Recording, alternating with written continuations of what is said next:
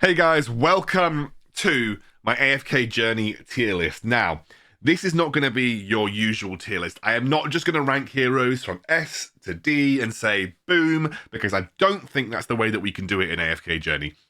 A lot of heroes have got very specific uses, and so we're going to kind of rank in 5 distinct categories. Always good. These are heroes that are generally good across the meta. They can be used in a multitude of ways in the game, and you can put resources into them and you won't feel bad about it. Late game.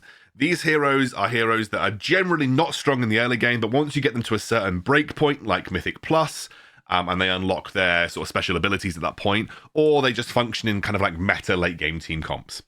Early or progression. These are heroes that, they're probably worth a little bit of investment in the early game to help you, especially if you're a free-to-play player, you're looking for something that's good early just to help you progress in the game, but they'll start to fall off later on. There is PvP, which is PvP focused. I realize I'm actually missing a row here, so I'm going to add a row above. We're going to make it, I don't know, this color. Have I made that the right color? I'm going to make it this color.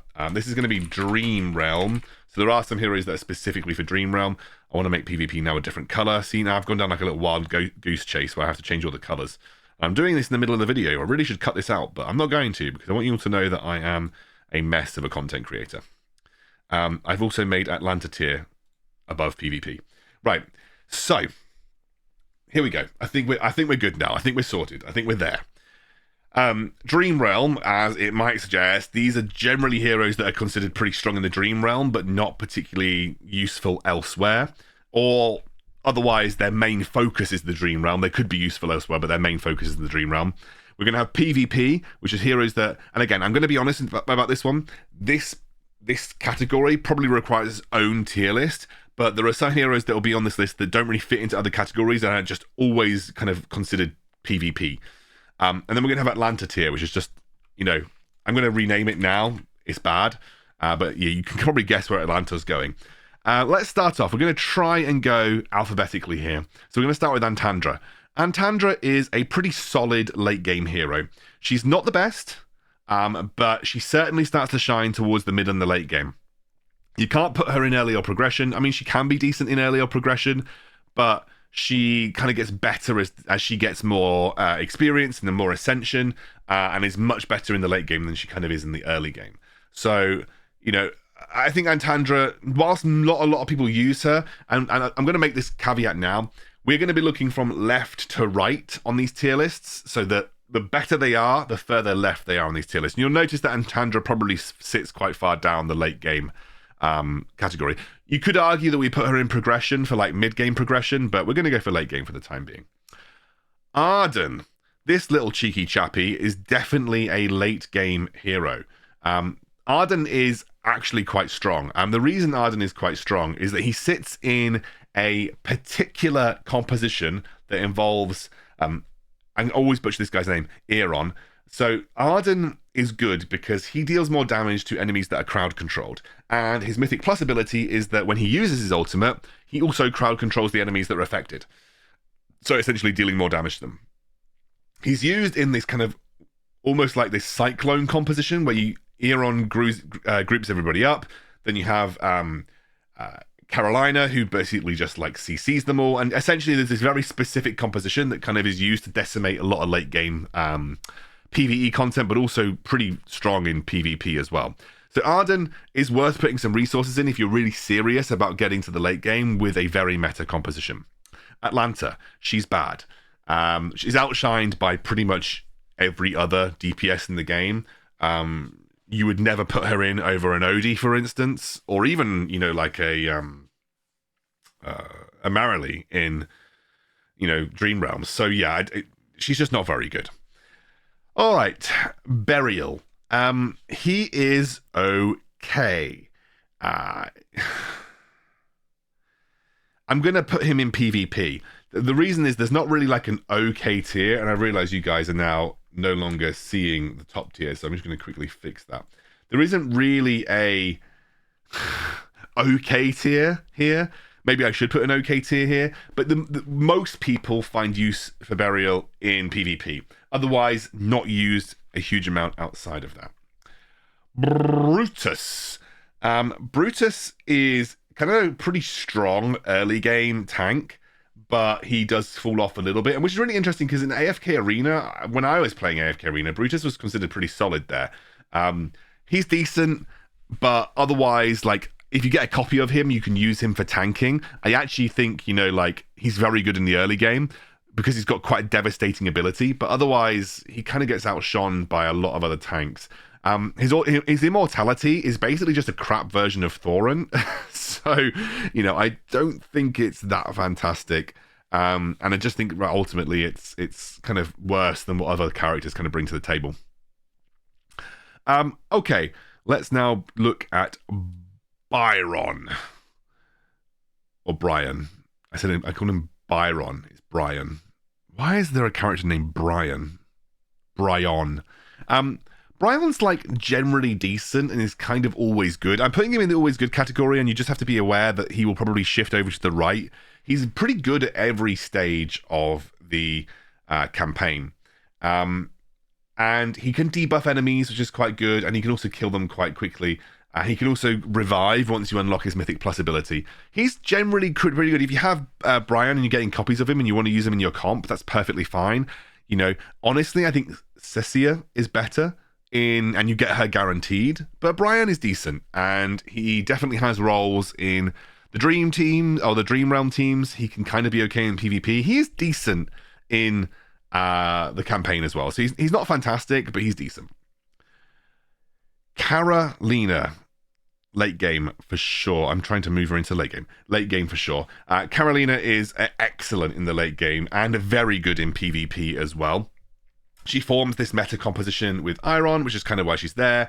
And the reason she's kind of really good is she's like a very high CC champion that specializes in kind of like debuffing enemy champions and also providing like a load of crowd control as well. And she's part of that Iron late game team, which is why she's kind of there in the late game box. She's not actually used that much before the late game, and she really doesn't come online until the late game either. So, ultimately, you probably won't see much of her until you're at the very late stages of playing. Cassidy. Cassidy is... I'm going to have to just move the box again, but hopefully this is now the last time we have to move this box because we have now got one in every single tier. Cassidy is primarily used in Dream Realm.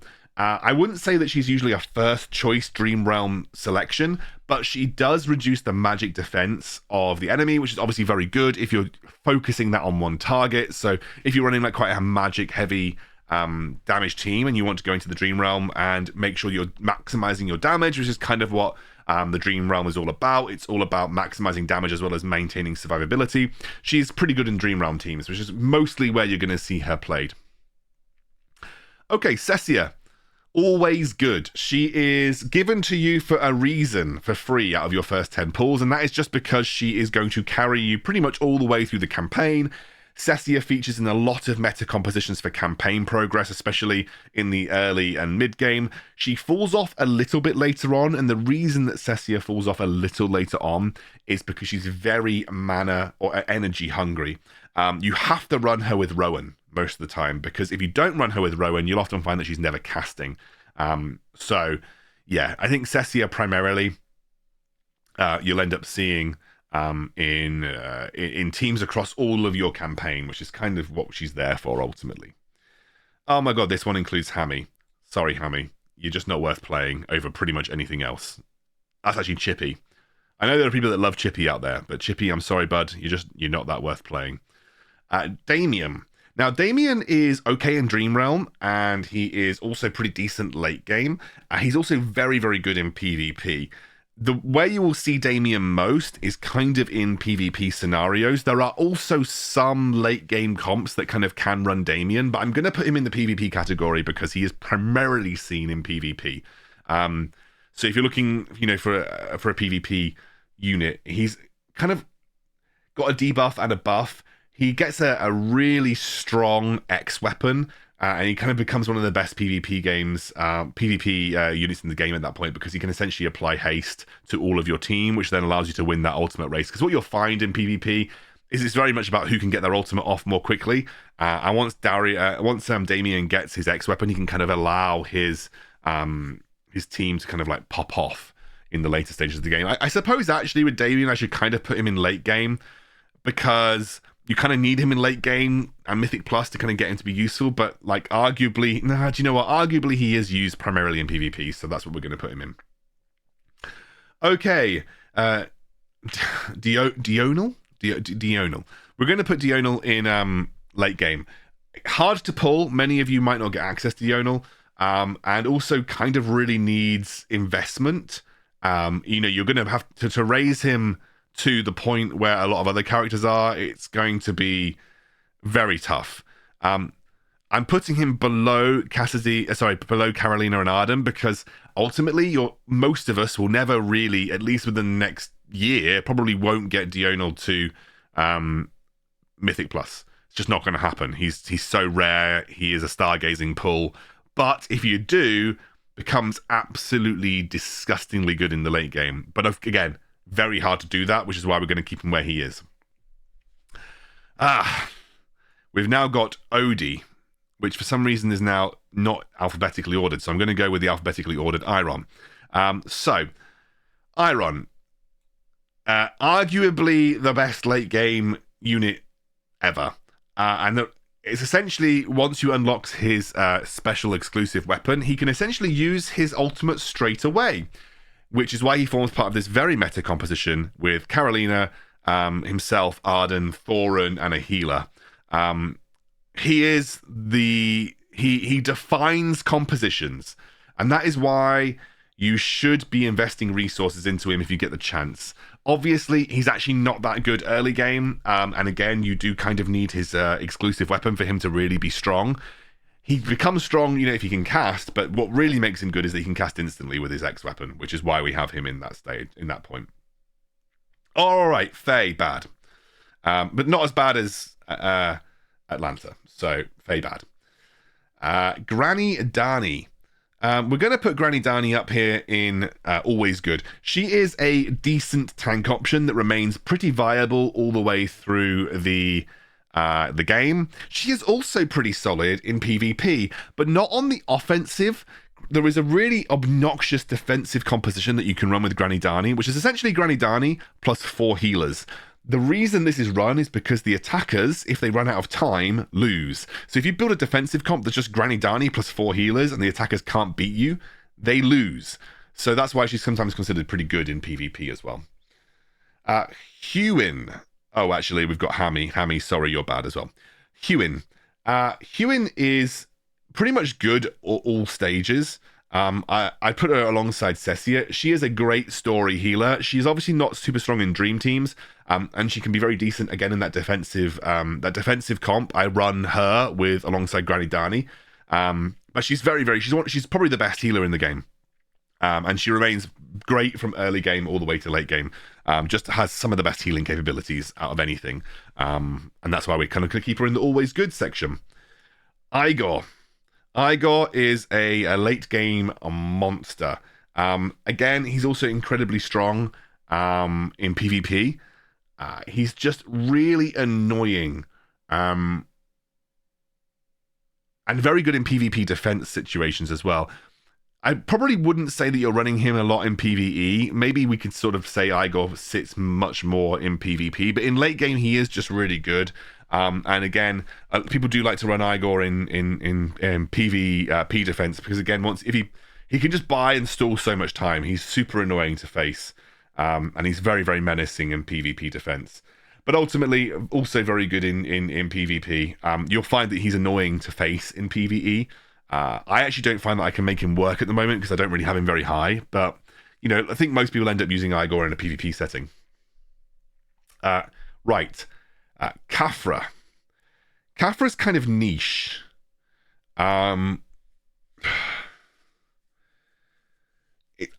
See, this is really interesting.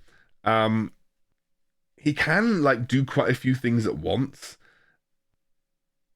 and but the thing is, he kind of needs support with a melee-based healer. I don't really want to put him in bad. He's also not very good early. I guess I could put him in late game, but below Antandra. but he's not that great late game, but he just gets a bit better in the late game. He's kind of okay. I really should have an okay tier here, shouldn't I? I'm gonna add one.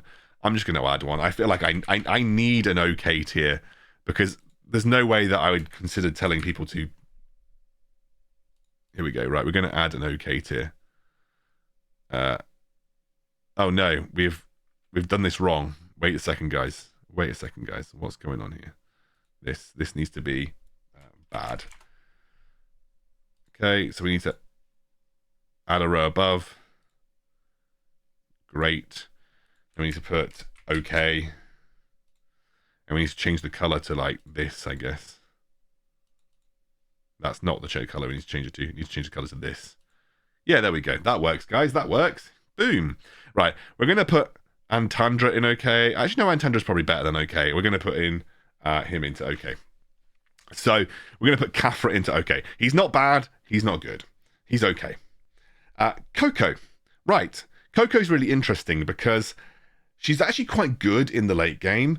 And actually is pretty useful in Dream Team situations as well. What I'm going to say about Coco is that she's kind of always good.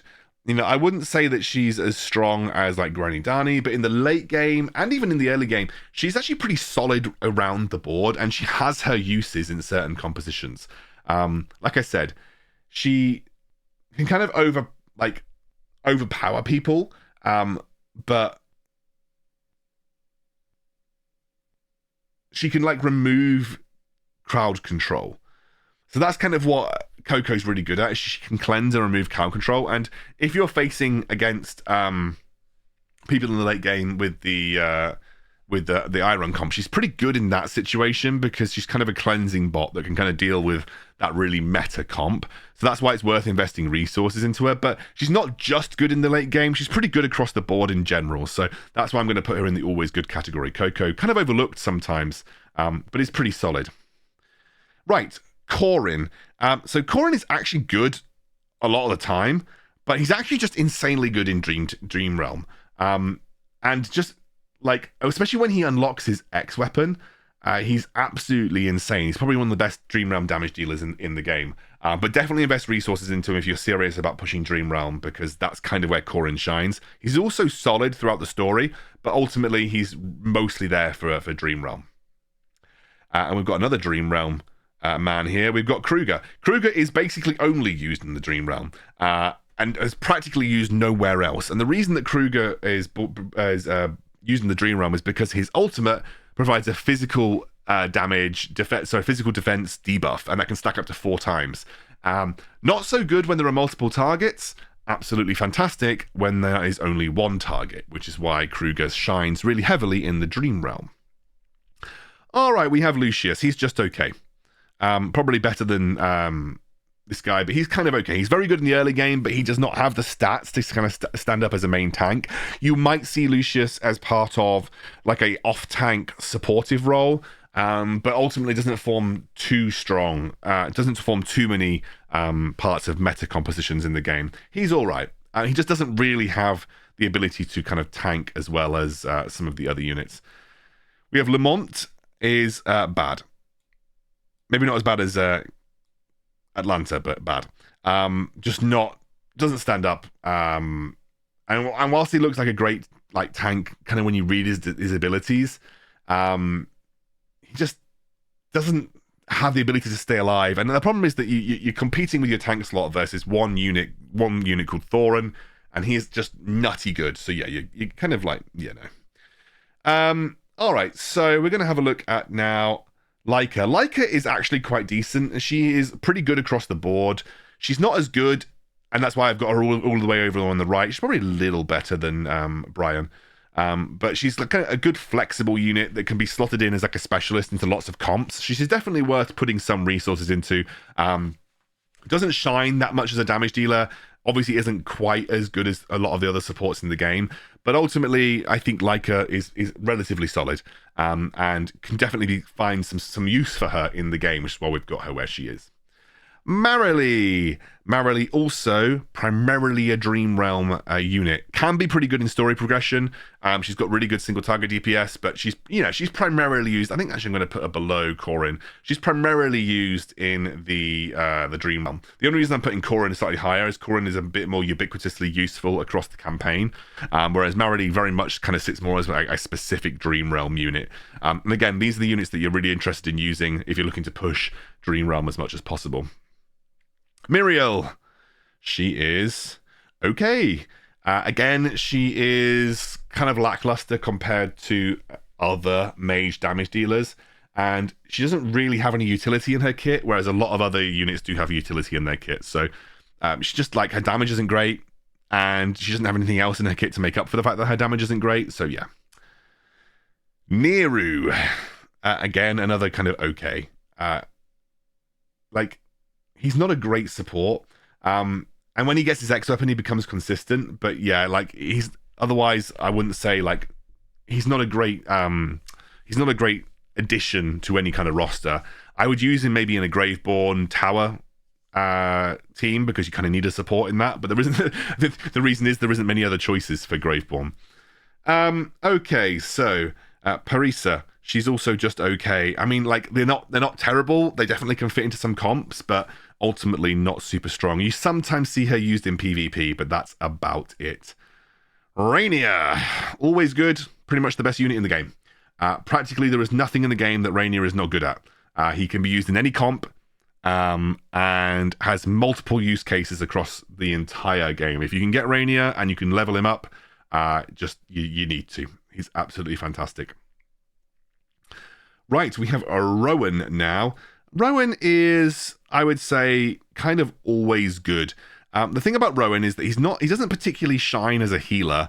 I'm going to put him below Hewin. He doesn't particularly shine as a healer, but he's pretty good in the early to mid game and actually does all right in the late game, and actually is extremely good in PvP. The reason we like Rowan in PvP is it's very much a race of ultimates in PvP. And Rowan's ultimate ability is he gives everyone energy.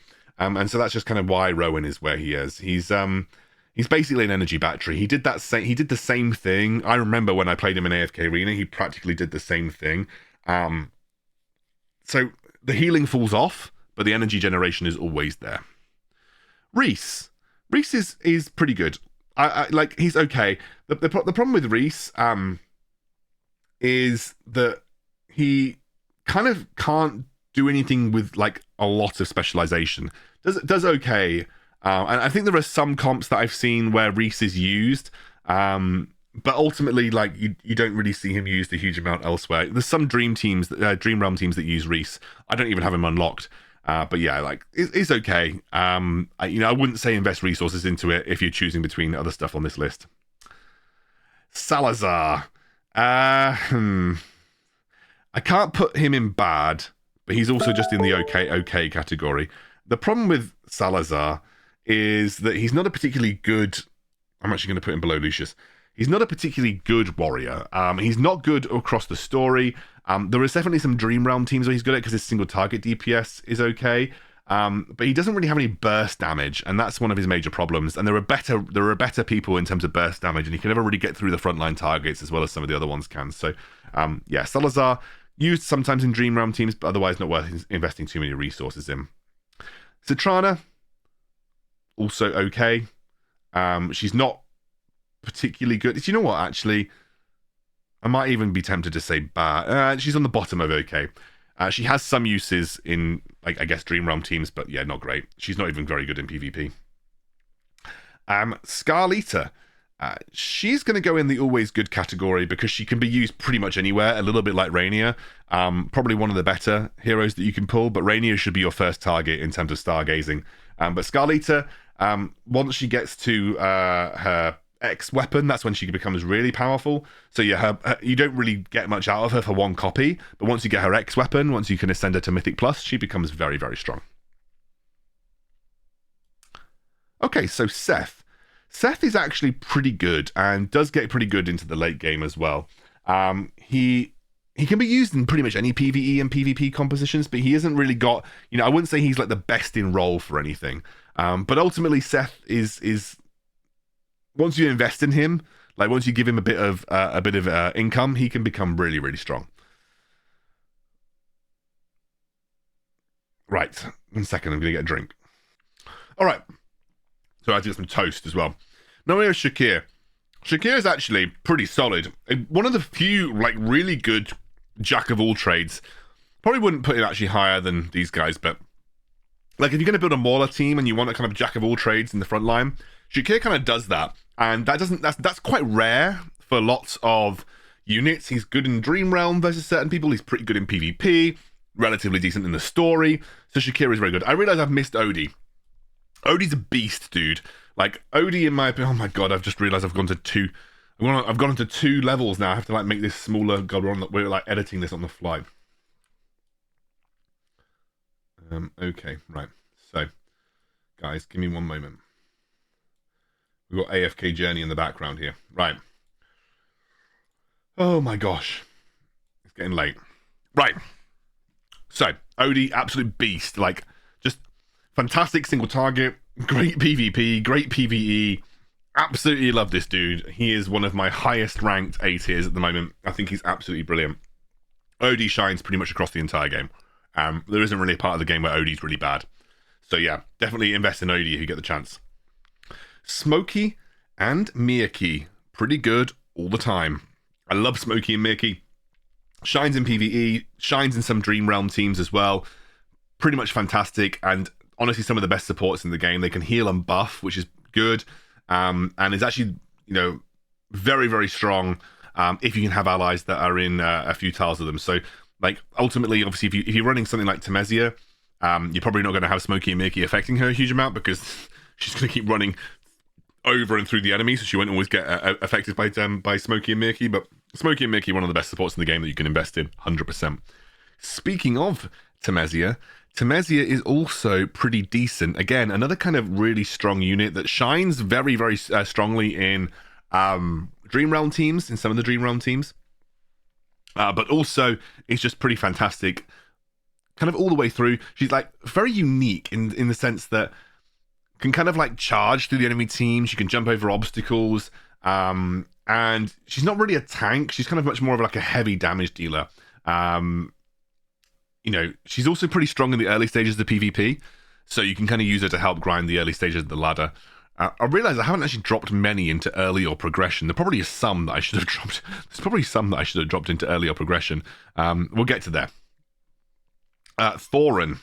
Actually, no, sorry. Before that, we got that Sylvina.